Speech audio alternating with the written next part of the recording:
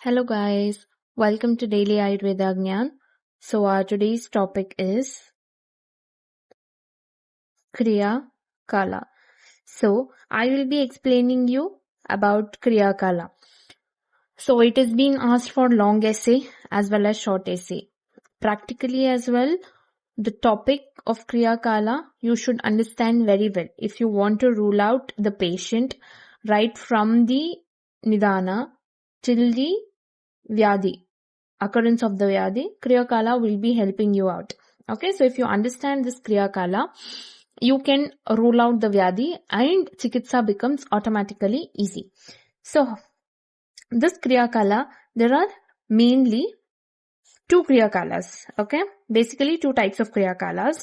That is Vyadi Kriya Kāla and Rutu Kriya Kāla. Okay.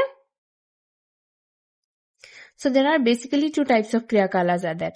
In Rutu, again, there are three types. That is Sanchaya, Prakopa, and Prasara.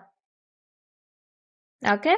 And then here in Vyadi Kriya Kāla, again, it is 6 types, which we will be dealing in detail. Okay. So basically, these are the two types of Kriya Kālas which is being explained. And then first, before you need to understand what is actually Kriya Kāla, you must be knowing there are two types, okay? So, Rutu is based on the environment or based on the climate. You need to identify the Rutu Kriya Kāla, and this is Vyadi Kriya Kāla, which is being dealt in Roga Nidana or Chikitsa point of view or anywhere. Okay? Then comes the references, where you will be finding the references of Vyadi Kriya Kāla. Okay? It is being found in Ashtanga, Hridaya, Sutra Sthana, first chapter. Okay, you can find the reference there. And as well as you can even find the reference in Charaka Samhita, Chikitsa Sthana as well. And then Sushruta, Sharira Sthana. Also some points are dealt even in Sushruta Chikitsa Sthana also. Okay, so I will be adapting you the concept of Sushruta because we understand Sushruta is a practical man. So we will be adopting some of the concepts from Sushruta so that you understand Kriya Kāla in a better way. Okay, you can find all the shlokas in this. Whichever you find it's better and easy to by heart or remember. Okay, you can see all those things. So I will be telling you regarding Kriya Kāla based on the concept of Sushruta. Okay. So let's start. So I have said you the Vyadi Kriya Kāla. There are 6 types of Vyadi Kriya Kāla. So what are they? First is Sanchaya. We will be dealing for Sanchaya. Okay. Basically to understand Sanchaya in a common terms, you can tell it as a stage of accumulation. Okay. It is a stage of accumulation. Okay. Before this, what is Vyadi Kriya Kāla? Vyadi Kriya Kāla is nothing but it is just the stages of disease. Okay.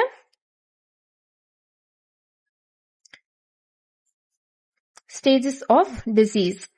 So, if you want to understand a disease, you must understand this 6 stages of the disease, which is known as Vyadi Kriya Kāla. In that, the very basically first stage is Sanchaya, which is known as accumulation. So here I will be giving you a very common and a small example, easy example, so that you understand the things in a better way.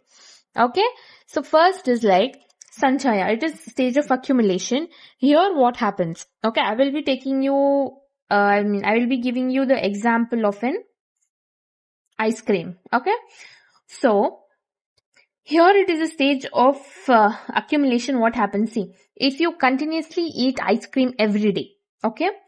If you continuously be having ice cream every day, you feel heaviness in your throat.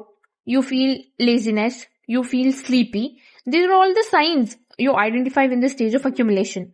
Here, the very first stage of Vyadi Kriya Kāla will start. That is stage of Sanchaya, which is known as stage of accumulation. Here, what happens if you eat everyday ice cream? There is increase of kapha. Okay, so kapha dosha starts increasing. Okay, so you know the Sthana the Sthana or the location of kapha is Ura. That is chest region. So what happens? You are eating ice cream every day. In a small quantity or in a large quantity, every day you are eating ice cream. What happens? Your kapha will get increased and of course kapha is present in the chest, and then you will be having some of the signs. Okay, so you will be feeling the signs such as laziness, sleeplessness, and then your voice becomes, your throat becomes heavy. So all these things you will be feeling. And then the second stage starts, that is known as Prakopa. Okay, so this is the stage of aggravation. So here what happens in the stage of aggravation, once this kapha gets increased, now kapha is getting angry. Okay, now kapha is getting angry. What will happen? Staying in one single place, the kapha gets increased slowly. That is in the stage of Sanchaya. It is getting accumulated in one place. You're eating everyday ice cream and it is getting accumulated in one place. Then later on, staying in the same place, it gets angry or it gets bored. It will be thinking, no need to stay in single place. Let's start of moving. What happens? Your kapha starts thinking for a movement. It will start thinking, okay, chalo, let's have a move. So here in Prakopa stage, kapha is ready to move. Okay. So here, kapha is ready to move. And then what happens? The stage of Prasara. So in a stage of Prasara, it is a stage of spread. Okay. So here what happens? Once the kapha is ready to move here it is just getting accumulated. Here it is getting bored and here it has started. Yeah, let's start moving. So here it have made a decision to move. And then in the stage of Prasara, what happens? It starts getting spreaded. Okay. So it is basically first, it was there in the chest region. Now from the chest region, it starts moving. Either this can move in upward direction or downward direction or in Tiryak Gati, in any direction. It can goes in all the three directions it can move. Okay.